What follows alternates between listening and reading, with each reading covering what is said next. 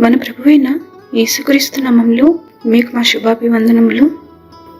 ఈరోజు దేవుని వాగ్దానము, సర్వశక్తిని యందు నీవు ఆనందించదవు, దేవుని తట్టు నీ ముఖము ఎత్తదవు.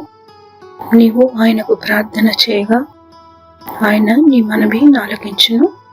నీ మ్రొక్కుబళ్ళు నీవు చెల్లించదవు, మరియు నీవు దేనినైనా యోచన చేయగా అది నీకు స్థిరపరచబడును. నీ మార్గముల మీద వెలుగు ప్రకాశించును. యోబు 22వ అధ్యాయము 26, 27, 28 వచనాలు.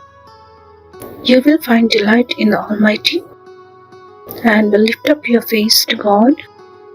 You will pray to Him and He will hear you, and you will fulfill your vows.